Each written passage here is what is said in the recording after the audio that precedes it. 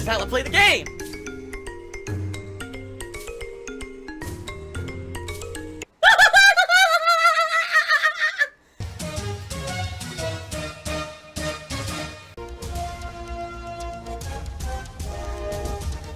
Oh my god! What the fuck? Holy shit! That is an epic fucking intro, dude. And I have to warn everyone. Warning. What you may see right now is going to be absolutely disgusting. Sound good? Sounds good to me. Tonight I'm going to be playing some Red Dead Redemption 2 online. I played it last night for the first time for about 2 hours, and my honest feelings about it was that the first hour was just intro. I was creating this character who ended up being hilariously hideous. I didn't mean to make him look like this, but his face is all swollen. It looks like he, ate a bunch of bees and they stung the shit out of his mouth from the inside and swelled up. It's really gross. That's like me, right? That's like me. My shoulders. Oh, God, it's like a bad makeup job in a movie. Established. Mrs. McClurk is Oh! a generous benefactor. Oh! And, where are we headed? That is disgusting. And I played it for about an hour, and basically, not that it's bad, but the gunplay is so different from any other third-person shooter I've ever played. The controls are very, very floaty and wonky. Like, it's very hard to control your character. Once you get momentum started, they won't stop, they won't turn. It's hard to get them to even go in the direction you want. It's very hard to, on the fly, aim for anything. A lot of the times, guys right in front of me, I would go to draw and shoot him, I couldn't do it, and I just die instantly.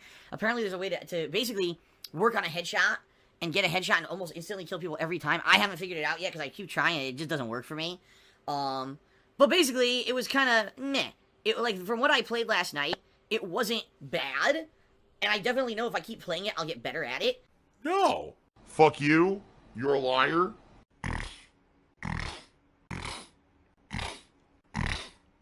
Oh, Eternal Napalm just did a 100-bit cheer. He asks, how has From Software changed you as a gamer? Do you ever crave a FromSoft game when it's been a few months since playing one? Well, I'm going to be very honest with you, Eternal Napalm, because this is a very interesting question. It has changed me as a gamer. Yeah, I'm a gamer! You're not a real gamer. Dark Souls basically tore me a new asshole. Alright, it did. And so, I quit the game. And I rage quit the game. I basically rage quit it. A rage quit is if you are playing a video game and you decide to stop playing that video game because of anger that was caused by something going on in that video game, and you do not continue to play it. But the bottom line was, a couple years ago, there was a lot of, if you look at the history, there's a lot of games I quit in a short amount of time, right? Special shout out to YouTubers talking shit about me in vlog videos, apparently yesterday and today, calling me a rage quitter when I've never rage quit ever in my entirety of existence on YouTube. Never once rage quit, ever. Well, apparently people think I'm a rage quitter. I was Mr. Rage, right? I used to be the guy known for flipping out on games on the internet. And I just don't really do that much anymore because I think now I'm more resigned, I'm more mature. At the time, and people, of course, thought it was the most hilarious thing they'd ever seen. This casual gamer who was known for basically, kind of stinking at games and just doing funny commentary and raging on YouTube, tried to play Dark Souls, he got completely destroyed, and he quit the game, right? But then I came back to it. 2 years later, or was it 2 years later? I think it was 2 years, if not 3 years later. I came back to the game when I was live streaming. And I'm going to be honest with you. Yes, I basically still sucked at it. I did not get any better. But because I was live streaming, people were able to join me with co-op and basically show me the game. Everyone held my hand. Everyone told me everything about the game. Now, over the years, what has happened is I have gained such a respect for From Software games that I played them again and again and again. If you remember Dark Souls 1, so we had my original run, then we had basically what I'd call the tour of Dark Souls that I did in 2013 when I first started live streaming. And then just a couple years ago, we had the Redemption run, where I went back after having played games like Dark Souls 2 and 3 and Bloodborne, and I tried to legitimately go through the game myself, and I did a hell of a lot better in that run than I had done previously, okay? So after all that, and then of course, playing Dark Souls 2 twice, playing Dark Souls 3 twice, playing Bloodborne twice, and playing Demon Souls twice, I've now, basically, it's changed me for a gamer, and it basically makes me now appreciate games that have a harder difficulty. Like, I used to be the kind of gamer where I would play a game, and if it's really beating the shit out of me, I would say, fuck this, it's not worth it. Because for me, my old mentality used to be that video games, when I play them, they're meant to relax me. I'm supposed to be having silly fun, even though When I play Street Fighter, I rage. That was like the exception to the rule. When I play Street Fighter, I'm allowed to take it seriously and rage if I lose. I am a former professional fighting game player in the capacity, not that I did it for a living. I was a high-level tournament player, 4th place at EVO, top player of Street Fighter 2 that year overall in the country.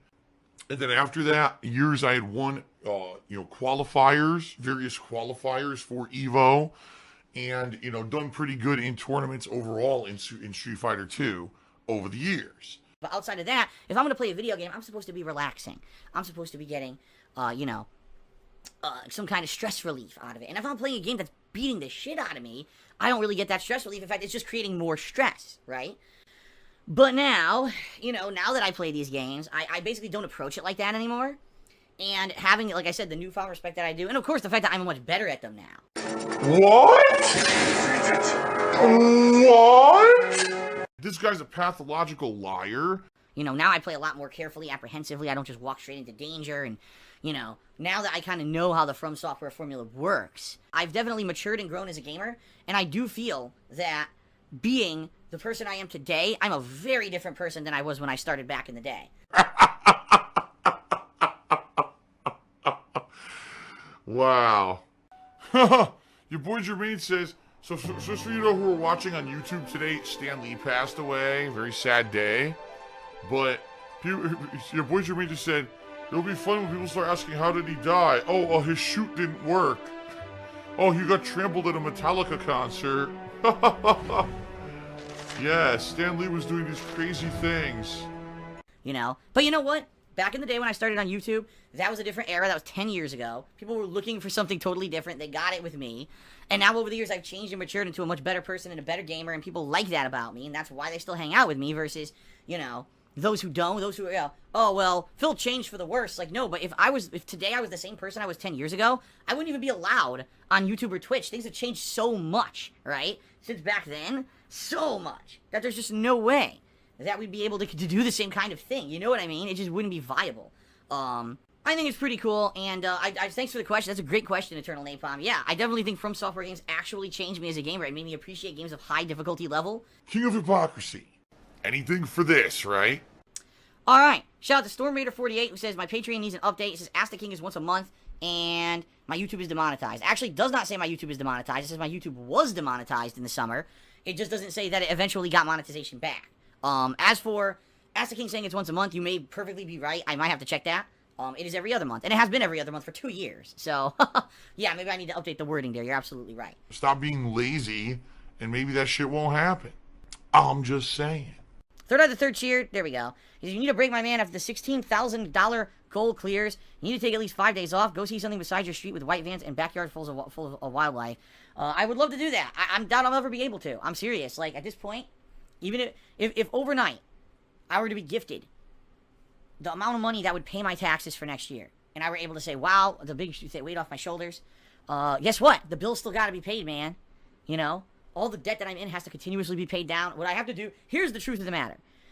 I need to get past this tax hurdle. Then, I just need to keep doing what I'm doing for about 2 to 3 years until I can refinance my house for sure. I hope I can refinance next year once I have 2 years of tax returns showing increased income, but I don't know if I'll be able to. Once I can refinance the damn house, then I'm in the clear. Then, all the massive debt, this credit card debt, this loan debt that I've had for years goes away. That's thousands of dollars a month in my pocket, saved, that now can go towards things like the taxes, towards things like saving money, towards things like maybe I could take a fucking vacation, but I can't do it. I'm in a hole right now, man. This is just my reality. As much as I would love to take time off, I can't do it.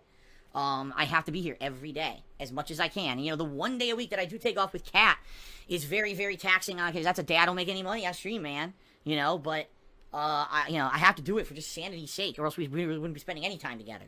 And like I said, next year, I really want to go visit my parents because, like I said, they are getting on the older side. They want to meet Kat. Like I said, I have plans that maybe Kat and I eventually get married or whatever. And so, obviously, my parents want to meet her. And, that's something that I want to do, and I can't afford it. And even if my parents pay for the trip, that's still a significant time away from working, and I'm nervous about it, even being able to do it. Especially when, again, my taxes aren't even paid, Basically, these are all concerns that are on my mind constantly. And, really what I need to do, like I said, even if I can get past this tax hurdle, then stick it out for like 2 years, work my ass off, and hopefully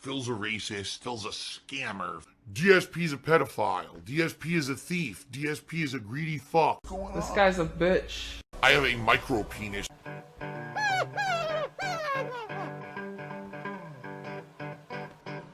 Alright, I'm not dead, but I swear to God I wish I fucking was.